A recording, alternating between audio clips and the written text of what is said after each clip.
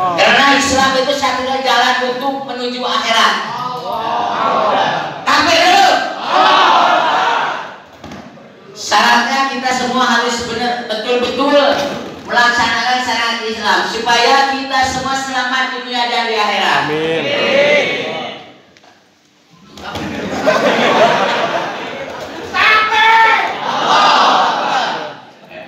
Kepada semua iwan-iwan, ya, saya terima kasih.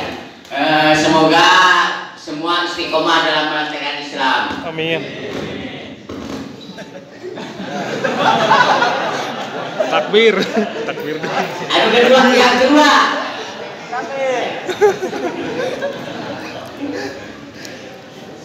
Takbir.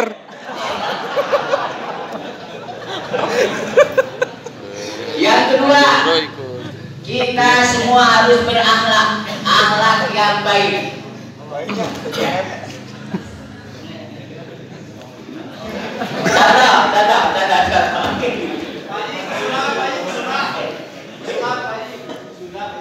Ayah translate Pak Haji.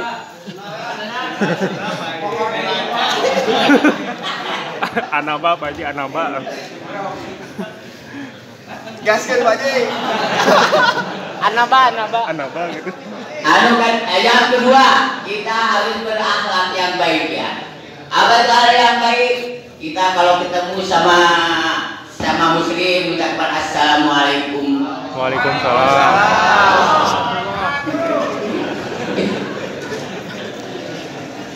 Yang serius tuh. Satu nut. Jadi grogi Pak Haji. Takbir. Sekian dulu ya.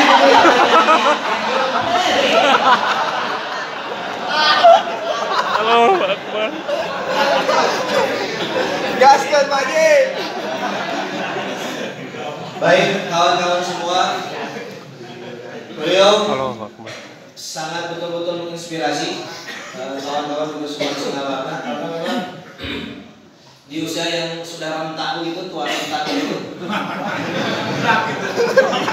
Tapi beliau dalam memegang prinsip Islam itu luar biasa kuatnya. Kemudian dalam beramal soleh juga number one. Kemudian juga dalam berakhlak itu memberikan contoh yang baik sehingga di antara kami juga belajar bagaimana menghormati yang tua, bagaimana menyayangi sesama, bagaimana memperhatikan yang lebih bawah daripada kita. Dan kawan-kawan juga semua Singaparna, sambutan dari Kesebuan Singaparna langsung saja sama saya sebelum nanti bisa ada tausiah dari Ustaz tadi. Sebetulnya begini, kawan-kawan semua, sebagaimana yang tadi malam dibahas di musyawarah itu, pada akhirnya gerakan Bikar Subuhan itu adalah gerakan dasar, basic. Jadi nggak bisa dibawa kemana-mana. Back to basic bahasa Mas Angga tadi malam, atau bahasanya Sekjen Bikar Subuhan Singaparna, kembalikan ke penciptaan awal.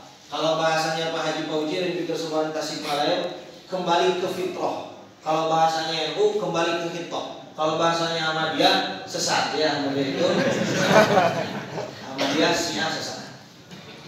Jadi sebenarnya gerakan yang sangat sederhana, sehingga tidak bisa dibesar-besarkan, juga tidak bisa diserampangankan. Oleh karena itu kita lurus untuk betul-betul gerakan dakwah saja. Adapun untuk urusan misal kita ingin aksi membela Nabi, aksi membela ulama, aksi membela apa dan apa, itu silahkan kita kembali ke kendaraan kita masing-masing. Yang asalnya dari Persib, baliklah ke Persib. Yang asalnya dari Persija, balik lagi ke Persija. Kalau untuk urusan selain dakwah, untuk urusan dakwah seperti syiar salat subuh berjamaah, kemudian santunan, kemudian kepedulian sosial, bencana alam dan lain semacamnya, itu baru tempatnya di Kesubuhan. Adapun selain itu kita punya tempat yang lebih besar, lebih tinggi, lebih high daripada di Kesubuhan, dan banyak. Ada Muhammadiyahnya, ada NU-nya, ada PSIS, silakan kembali. Tetapi untuk Bikar Subuhan kita tetap back to basic bahwa kita semua hanya sarana supaya kita bisa mendakwahkan tentang sholat subuh berjamaah dan kepedulian sosial. Sepakat semuanya ya? Jadi setelah ini kalau ada lagi aksi-aksi misalkan turun ke jalan reaksi terhadap kebijakan-kebijakan yang ada, silahkan. Bahkan itu mungkin wajib karena urusan membela agama, tapi no atribut, tanpa pakai atribut pikir subuhan. Terlalu cantiklah pikir subuhan itu kalau kemudian dipakai urusan yang sangat besar begitu. Karena tidak ada lagi efektivitas dakwah yang bisa dilakukan oleh kelompok-kelompok yang lain, kecuali pikir subuhan itu bisa menghandle semuanya insya Allah biarlah. Karena begitu mudahnya masuk ke semua kalangan.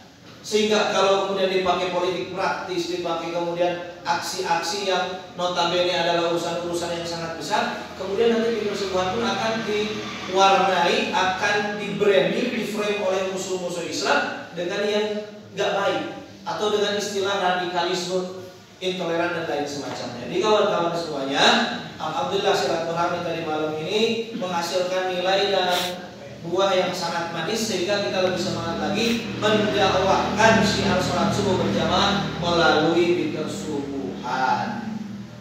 Takbir! Allahu Akbar! Takbir! Allahu Akbar! Takbir! Allahu Akbar! Baik, setelah ini kita akan mendengarkan tausiah dari Senadi. Sebelumnya supaya gak ngantuk, supaya gak malaung, supaya enggak kedinginan, silakan semuanya menghadap ke sebelah kanan. Kita akan pijit bareng-bareng diiringi dengan shalawat. Bismillahirrahmanirrahim. Assalamualaikum warahmatullahi wabarakatuh. Waalaikumsalam. Alhamdulillahirabbil alamin. Salatu wassalamu ala asrofil anbiya'i wal mursalin wa ala alihi wa ashabihi ajma'in. Teman-teman sekalian, pertama-tama puji dan syukur marilah senantiasa kita panjatkan kehadirat Allah Subhanahu wa taala. Pada kesempatan pagi yang cerah yang penuh barakah ini kita dipilih oleh Allah Subhanahu wa taala untuk mengikuti agenda yang sangat mulia, menghadiri sholat subuh berjamaah yang diinisiasi oleh Baitur Subuhan, kemudian mengumpulkan teman-teman para ketua semua dalam agenda yang sangat mulia, yakni menghadiri majelis zikir, majelis ilmu. Yang kedua, salawat beserta salam mudah-mudahan senantiasa dilimpah curahkan kepada junjungan kita Habibana wa Nabiyana Sayyidina Muhammad sallallahu alaihi wasallam, pada keluarganya, para sahabatnya seluruhnya tanpa terkecuali, para tabi'in dan juga tabi'in. Terima kasih saya ucapkan kepada pengatur acara sekaligus guru saya Ustaz Arif. Mudah-mudahan Allah menjaga beliau. Amin. Mudah-mudahan Allah memberkahkan umur beliau. Amin. Yang kedua, kepada para ketua pengurus seluruhnya baik keseluruhan sepulau Jawa, perwakilan-perwakilan, ahlan wa sahlan. Mudah-mudahan setiap langkah, setiap upaya menuju ke tempat ini diberikan pahala di sisi Allah Subhanahu wa taala. Saya punya pengalaman yang sangat menarik di Baitur Subuhan. Saya disampaikan dari Baitur Subuhan Banjar Pantoman BSBP. Ada 6 orang bersama saya walaupun tidak sama-sama berangkat karena saya dari semalam sudah sampai di sini. Kemudian yang 5 orang itu 2 orang ditinggal di Ciamis karena mengalami kendala mobil. Jadi sekarang 3 orang, ada Ketua Aris, Ketua Maman, alhamdulillah sampai di sini.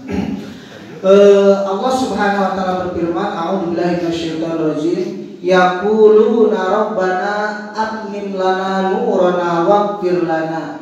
Allah Subhanahu wa taala berfirman, ketika mereka berkata, ya Tuhan kami, sempurnakanlah cahaya kami, ampunilah kami, innaka ala kulli syai'in qadir. Sesungguhnya Engkau maha segalanya, mampu melaksanakan segalanya.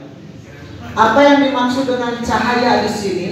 Yang dimaksud cahaya di sini nanti di akhirat semuanya dalam keadaan gelap. Kapan seorang itu mendapatkan penerangan? Yakni ketika amalannya ditimbang oleh Allah Subhanahu wa Ta'ala. Lalu amalannya itulah yang akan menjadikan cahaya.